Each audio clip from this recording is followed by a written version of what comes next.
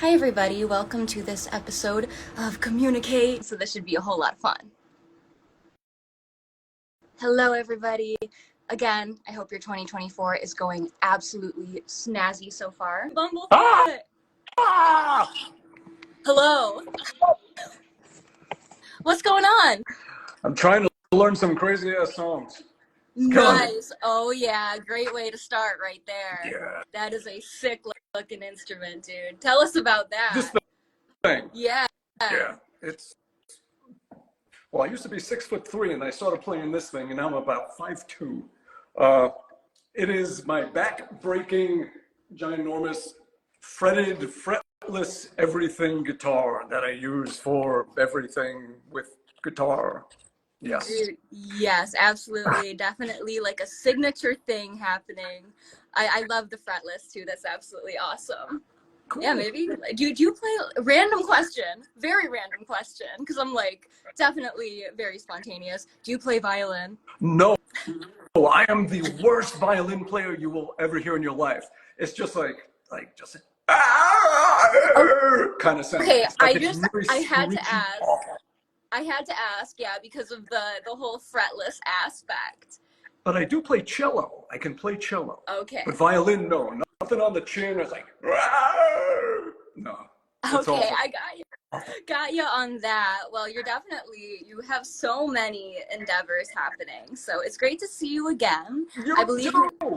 Yes, you came on last year. So firstly, how have you been? And how was your 2023, like kind of nearing towards the end of it? Are there any endeavors that you would like to touch on just to start as we got some pals coming in? Just like Chris Caffrey is on here. What's up, Chris? How are you? 2023 was challenging. It's like getting back into the groove of everything, and it's just all like boom. So much. There was so much coming together last year. Too much. Absolutely. Yeah. Yeah, that's like one thing that I heard a lot of musicians say, because it's kind of corny, but I kind of been comparing the times like post-COVID, after COVID, to the roaring 20s. I've been comparing it to that because the live shows are starting again. You know, the roaring 20s. Like everybody's going full force. Yeah, going full force. So I do feel that a lot of musicians are just putting their all into everything. Yeah. So definitely, it seemed like it was definitely a big boom at the end of 2023. So what are some upcoming projects for the new year that you might want your pals to know about? All right, well, it's a bunch of stuff that was being worked on during the pandemic, and now it has all come to a head starting a couple of months ago. So first, there was a band, Art of Anarchy. Right. I should mention, Sons of Apollo sort of divided up. It broke off into two bands. I have one with Derek and one with Geoff, the singer. So Geoff joined this band, Art of Anarchy, that I've had for years with some old friends of mine. It was a producing thing that just sort of turned into a band. It didn't originally plan to be a band. And now I'm just, I record them, produce them, play guitar in it, and I'm going to go out and do shows with them as well. And Geoff joined as our singer. Our first singer was Scott Weiland. Our second singer was Scott Stapp. And now the third Scott we have is Jeff Scott Soto. So we only have Scots as singers. Either they have to be Scottish or they have to have Scott in their name somewhere or something. But so he is singer number 3, and we have a tour coming up in the Midwest in March. So we're going to go and do some shows. So I have been working on that as well as handling a lot of the business stuff for the band. And we have this wonderful label, Pavement, that have been taking good care of us. So that is coming together at the same time. A Sons of Apollo-ish type band called Whom Gods Destroy. Whom Gods Destroy. Yeah, whom. You have I like that. To grab here when you do that. Yeah, right. It's like second nature. So that thing is coming together. We just put out a single. We have Dino Jelusick on vocals. We have Nomura on bass, who's also just a phenomenal guitarist and everything. Yeah, he's great. And Bruno Valverde from the band Angra is the drummer, incredible drummer. So we just put out a song with that, and the album will be coming out in March. We have more singles coming up, and I am trying to relearn all the guitar parts that I've forgotten since we recorded them. And I spent more time in front of a computer just mixing stuff than I do playing it at this point in life. So like there's this one part I'm just trying to get down. A lot of it is Derek will come up with some psychotic keyboard part, and then he's like, hey, just double that for me. It's like, it's not made for a guitar. How am I going to double that? So I have to play it on the fretless because of the tuning, and it has this weird, it's like, I have to reach over and then jump to here. And so it's like,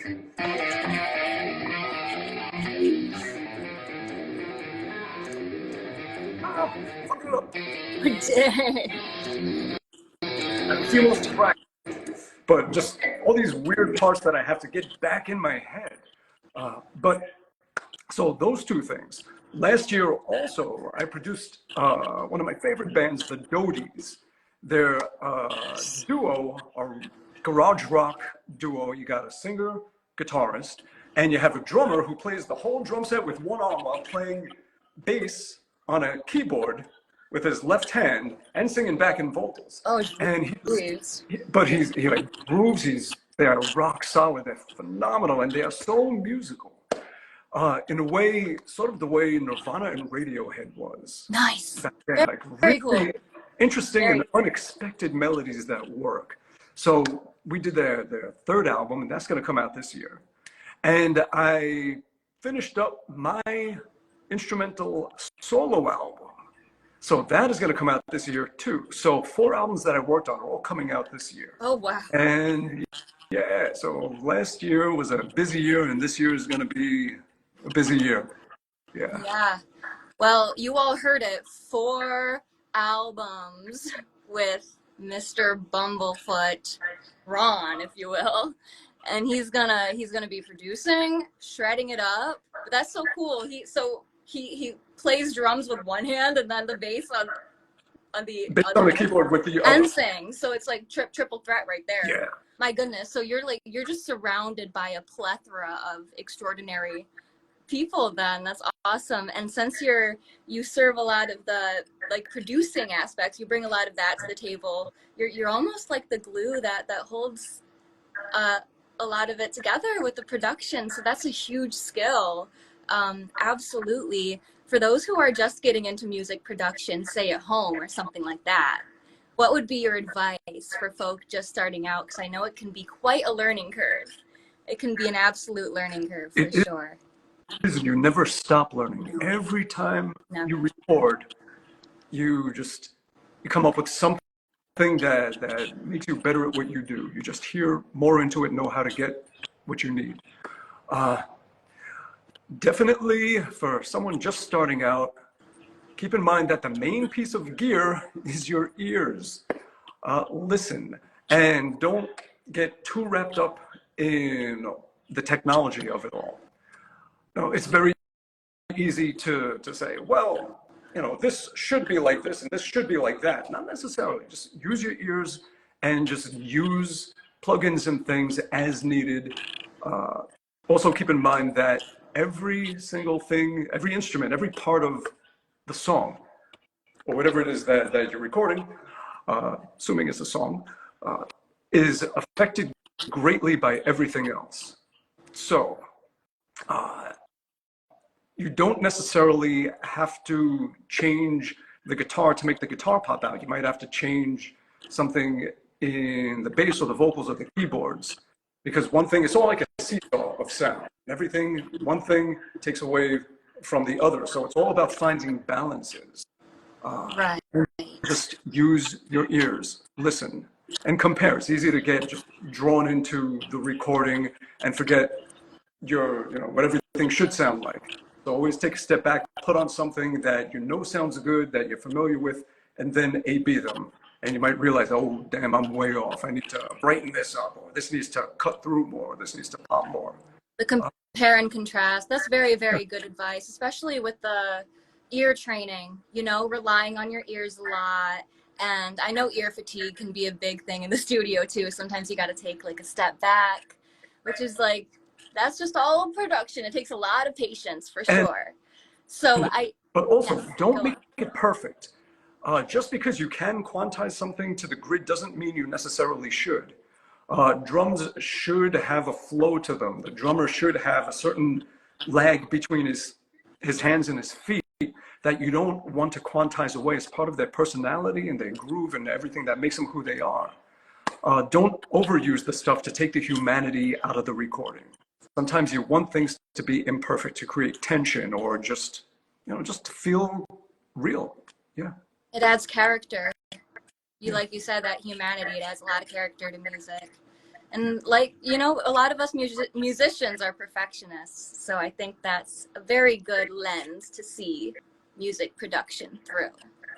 So this talk show, for those tuning in, hello, we are talking to Bumblefoot here, and he's incredible. He's just got so much going on. And speaking of which, it's a talk show about creatives. We talk to a lot of different people here. So speaking of it being a huge globe full of inspiring people, who are your top 3 inspirations at the moment when it comes to music production specifically, and guitar work with writing riffs? It's weird because it's not really people that inspire me. Like it's not like let me word that less offensively. Like it's not that sounds kind of shitty. But, no, it's they not, don't inspire me. Yeah. Like it's not like somebody's specific work that they do. It's more experiences and things that are often non-musical that shape it all. Like I don't know, I'm just weird with that shit. Of course there's phenomenal, there's things you notice, like forgot what I was listening to the other day. I was listening to the radio and 70s station, and something came on and I heard the toms, and I was pointing out how that's something similar to like the drum roll and You're My Best Friend from Queen and The Car's Just What I Needed, and how you can create like a doubling of the toms to make them stand out more. And it was something that was done a lot in the 70s and not so much anymore. Now people just trigger stuff and ruin stuff with fucking over triggering. But there's a certain that would happen to the drums that was created either by using a chorus or someone actually playing it twice or using a tape machine kind of trick. So things like that.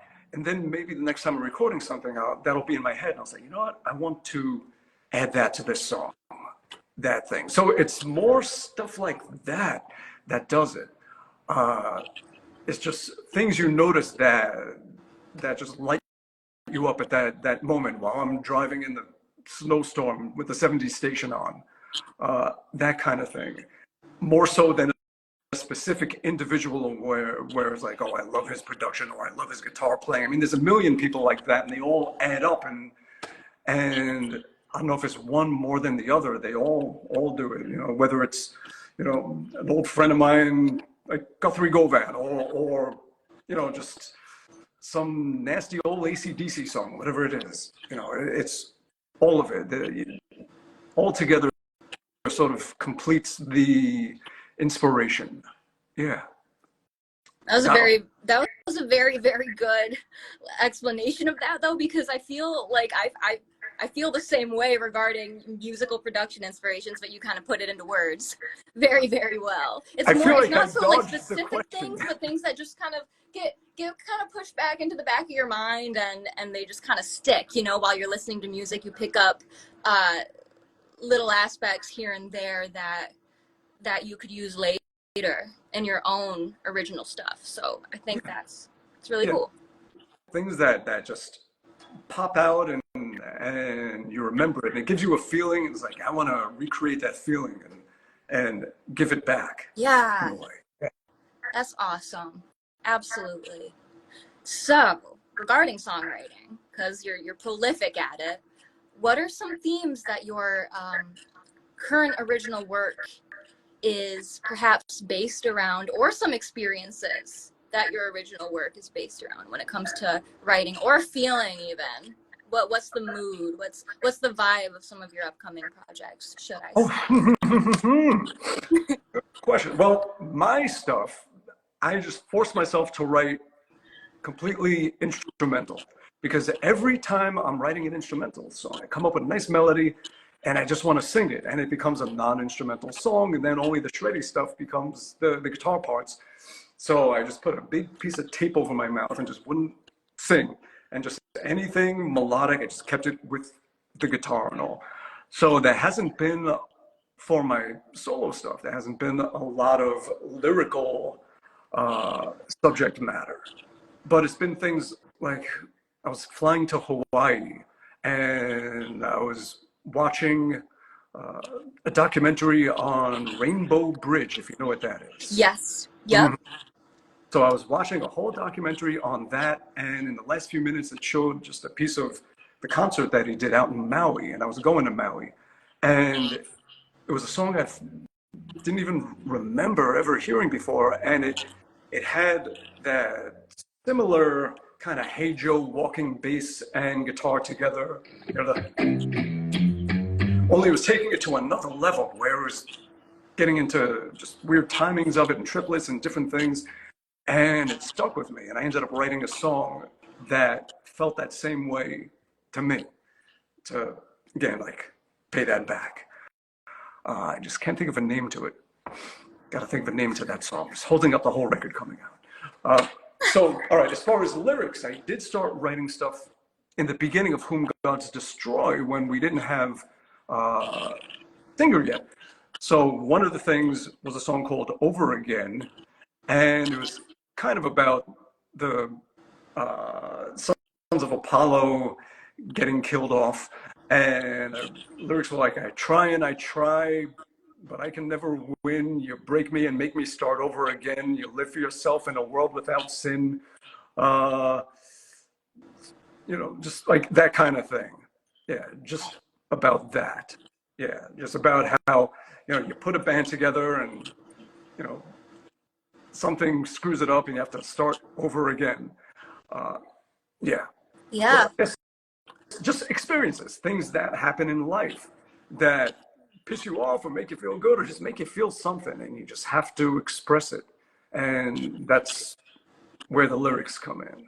Yeah. I love that. I say a lot of the time about songwriting. Oftentimes it's not pinpointing an exact experience, but rather opening up a feeling, and just whatever comes to mind comes to mind. I like how, like, whatever vocal melody you might have, you just apply it to guitar. That's awesome. Yeah, just it's a way to stay melodic and technical at the same time, you know, ensure that you're getting those catchy lines in there that stick in people's heads, because at the end of the day, that's what we all really, really love.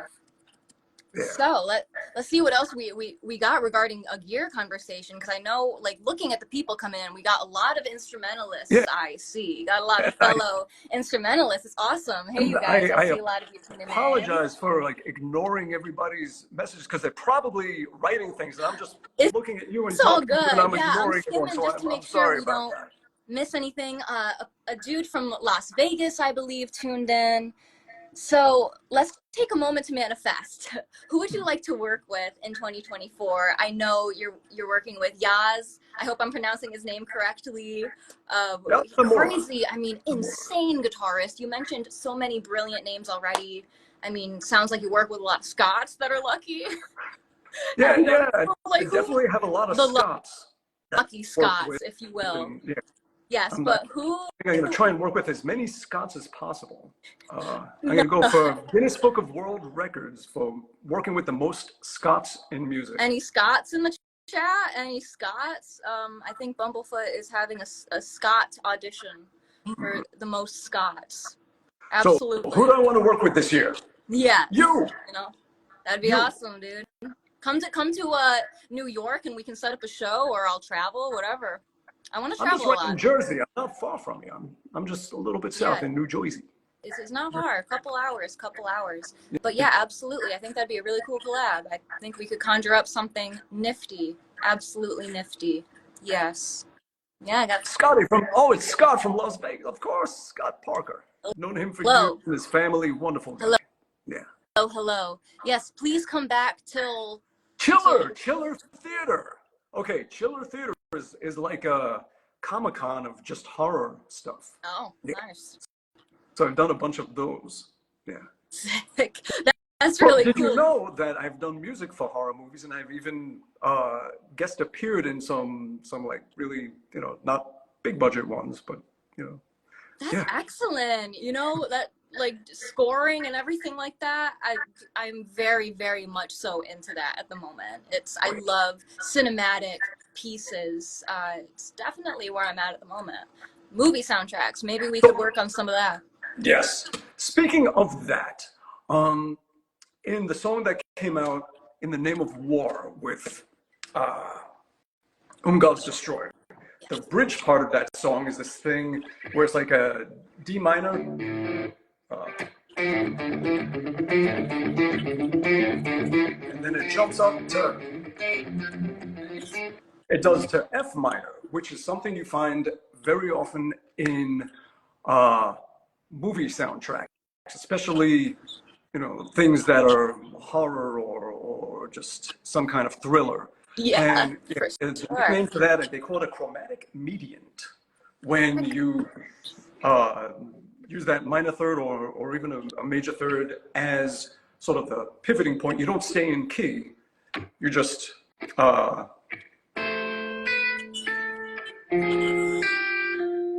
of thing. Yeah. And you hear it in a lot of horror movies. Something that might go A minor to F minor, or something that does C minor, and just bring it up a minor third. Yeah, nice. Yeah, it keeps it dark because everything is minor, but it gives it that modulating thing. What is that? Something about In the Name of War sounds like National Ukrainian scale. Well, it's based, a lot of what Derek and I write is based on an octatonic scale, which is, if you take it in pieces, you have, let's just go in reverse with it. From the octave of it, it feels like a mixolydian. Yeah. And then after that, it feels like a Lydian.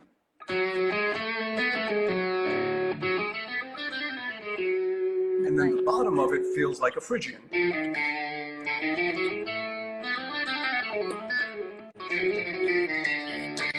And when you put it all together, you have the root, and then half step, whole step, half step, whole step. Whoops. I can't speak and play. Okay. Half step, whole step, half step, whole step, to a half step, to a whole step, to a half step, to a whole step. So it's 8 notes. You could think of it like a mixolydian scale, where we lift up the fourth, and then instead of using our straight up normal 2, we're using a flat 2 and a sharp 2. So yeah. Oh, nice.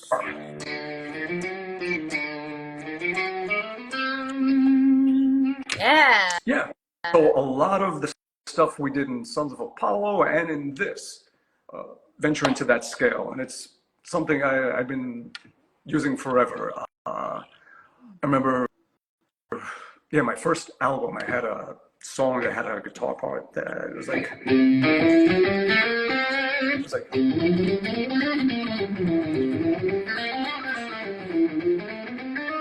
only at the very top I would go normal, but, and yeah, always used that scale. I just like it. That was very, very cool. That some of that sounded like, it kind of put like a Western movie into my head, like a melancholy Western movie. Somebody like on a horse that just lost all of their stuff, and now they have to go on their lonesome. Anyway, that was really, really nice to have a guitar lesson featured in this. That was really cool. Like a built-in guitar lesson. So definitely gonna save some of that and apply it. If any of you are into making music for films, or if you're trying to get into that. Like, he gave a lot of good tidbits right there. So this is going to be posted after.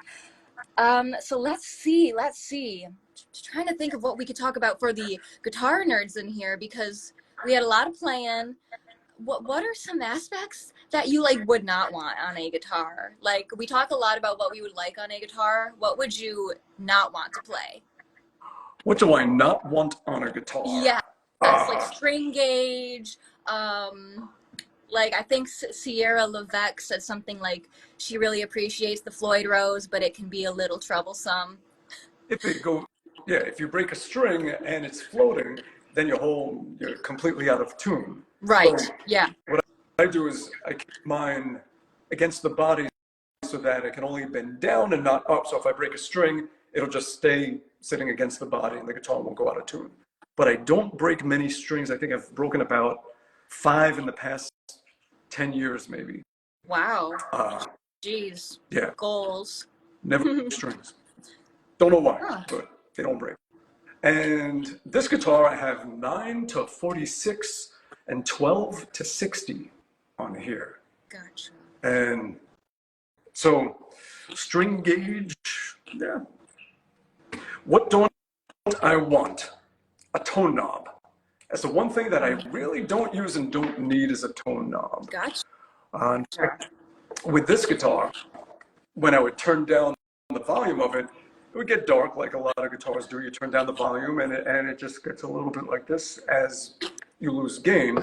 But this one did it a lot. So we put in a little thing in the electronics so that as you lower the guitar volume, it brightens up and keeps it. Gotcha.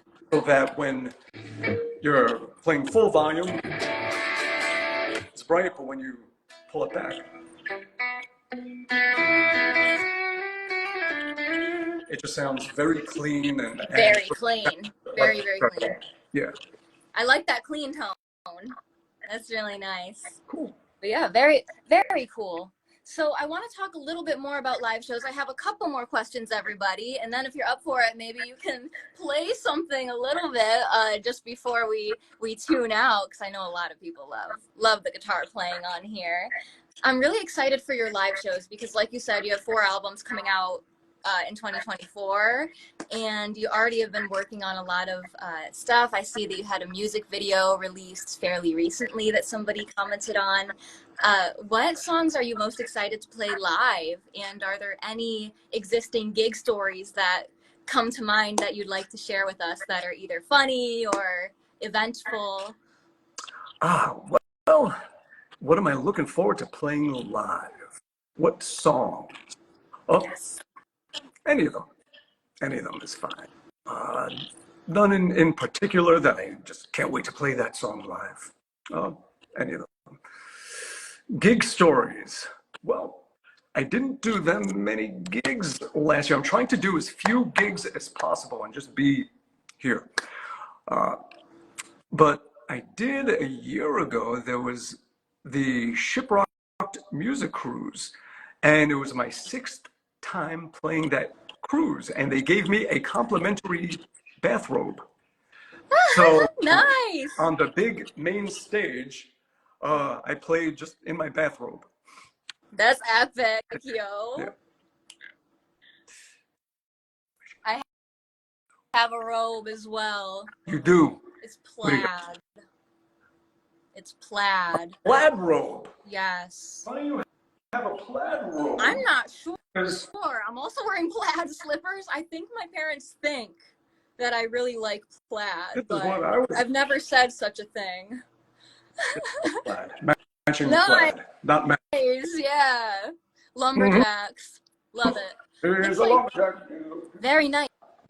Well, if anybody has any questions for Bumblefoot, definitely let us know. We're going to maybe stay on for 5-ish more minutes. This one went a little bit longer than usual, but again, guitar lesson right in it, which is sick. Definitely very, very cool, because you're also a teacher. So got a bit of a free guitar lesson right here. Yay.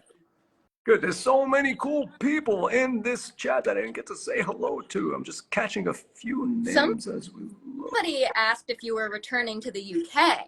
Do you plan to do that in 2024? Probably at some point, I'm sure. Uh, the way it works is we can only go where a promoter wants us to play. Gotcha. Okay. And, like, if you really think, Good. just picture a band just showing up with all their gear and just, getting off a boat at the shore of the UK. We're here. Now what? Yeah, like there needs to be a promoter that says, yes, I want to have them play this show, and here's some half the guarantee up front, and there you can use that to pay to get over here, and then you do the show and give you the other half, and we make our money from the ticket sales and whatever else, and that's how it works. So a band can only play where a promoter hires you to play. Gotcha. So bands will play anywhere and everywhere. There's nowhere a band won't play, pretty much. It's just up to the promoters. So many times it's like, hey, we got a tour coming up, and you list 20 shows and say, why aren't you playing here? Why aren't you playing here? Why aren't you playing here? It's like, we would have loved to, but a promoter didn't make us an offer to play in that city, so we couldn't play there. So that's, we get just as bummed as everybody else that we don't get to play somewhere, but it's all about the promoters. The promoters decide if they want us or not. And what's this? Tell us about your rig. The rig, I saw that one, the rig question. My rig is very simple. It is a Line 6 Helix. That's it. Yes, Line 6 Helix. That is such a good rig. Such phenomenal. a good rig. It's a learning curve, it seems like, but it's good rig.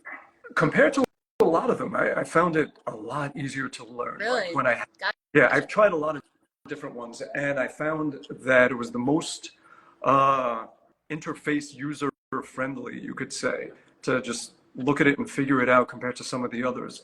And because of that, I was able to get deeper into the parameters and really tweak the sound more, because it wasn't just about figuring out what does what. It's like, okay, I know everything that it does and how to get there and how to do it.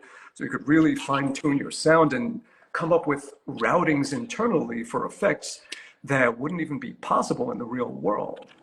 There's so many things you can do with it, as far as just even the expression pedal, where just take the pedal and it could be something that increases your distortion while increasing the amount of delay repeats, but speeding them up as they go, and changing a flange which fades off and turns into like some other effect, or like just anything you can do with it is amazing. That's and very that true. would not, yeah. It's an endless amount of effects on there. I do know that, because I've worked a little bit with a Helix, and you can go on and on with that thing, and you can spend hours creating your own effects too. Yeah. Which is really cool. Yeah. I really love that. Oh, somebody wants us to speak Spanish. Yes, please do. ¿Cómo estás? I know how to say ice cream in Spanish. Helado. They're probably like, why is she saying ice cream randomly now? Well, I know random words that I could put together, like sopa de mierda. Which Lunes, martes, miércoles. I used to know the days of the week. I guess I don't. No, baños. Where's the bathroom? Gotta know that one, I guess, if you're in another part of the world. Let's see. So how's the weather up by you? Because right now it's snowing and cold as fuck. I have it's two pairs of socks, 2 pairs of pants, shoes, 3 shirts. I took off my 2 jackets, and I have 3 heaters going that I shut off so that they don't make noise. And there you go. Yeah, very snowy. Mm-hmm. Very, very snowy here. But I technically say that in central New York, it's like South Canada, essentially. So I'm not super far from Miss Sierra Levesque. I'm really not. You're just like 4 hours away, if even that. Yeah, I'm playing up by 1,000 Islands pretty routinely this summer and fall. So that's like kind of right. It's pretty close. By the border. Yeah, the border. Cool. The border. I could just paddle on over. You actually could. On over. Yeah. Oh, somebody said turn up your house heat.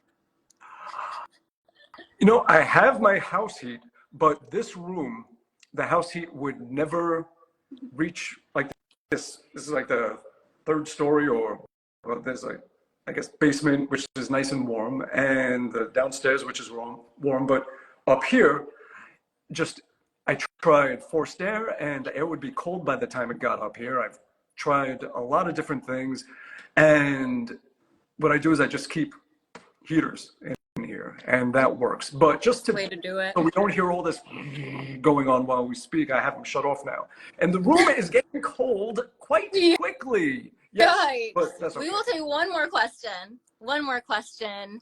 From somebody's from Norway too. I saw that. Do you foresee fretless guitars being used in mainstream music and pop music, or is it more for master guitarists such as yourself to experiment and expand your musicality? Great question. That is a lovely question. Lovely question, yes. Sir. Well, if you think about it, slide guitar is not very different from fretless guitar. The only difference between slide is you're not pressing the string against the fret, and the string is making contact with the slide and only resonates from that point, thus shortening the length of string and changing the pitch instead of the fret. With fretless guitar, instead of wearing a slide on your finger, you just press it down. So, as far as fretless, if you include slide, there's been tons of it for decades in a lot of country music. Right, lots. Yeah. Pink Floyd. Mm-hmm. Oh, yeah. David Gilmour. I mean, he was absolutely huge. Like High Hopes by Pink Floyd. That's one of my absolute favorites. And yeah, there's a lot of slidey stuff that goes into a lot of instrumentation nowadays, for sure. But Mr. Bumblefoot, it has been incredible to talk to you. As always, we'll work in 2024 for sure. We'll get some projects going. So will there be fretless guitar? I think that so many people are used to this, that this is always going to be a rarity. And that's just the nature of it. It's not going to be a common thing in music at all. Maybe some non-Western music, you could find things where they really play with dissonance. But they're getting in between and getting, just, I guess you could say 3/4 of a step, like that. That kind of stuff. So yeah, it's there. It's out there if you look for it. But are you gonna hear fretless on mainstream pop radio? Fuck no, never. If you do, it's just going to be a weird, quirky thing because whoever was working on the song had one and decided that was cool to have something go. But watch Drake comes out with something like that this year and shocks us. Then the Super Bowl with their slides. I don't know who's playing the Super Bowl this year, but hey, manifesting somebody doing it. Absolutely. Thank you for the question. That was definitely a very good question to provide. That was excellent. But yeah, again, thank you, Bumblefoot, for coming on for the second time. That was really, really fun. I don't want you to freeze. Definitely kick your heater back on. But I did see some questions that we had answered earlier in the video. This talk show episode will be posted momentarily. But yes, I believe that is it for this episode, and we can definitely have you on again for sure. But definitely check out his 4 albums coming out. That'll be super awesome with various creators. That'll be sick. Well, thank you so much. Always a pleasure. Thank you, dude. Stay warm. Well, stay warm out there. Kick the heaters back on. I'm gonna throw on my jackets and everything. All right. Take care, dude. I'll talk to you soon. Bye-bye. Bye.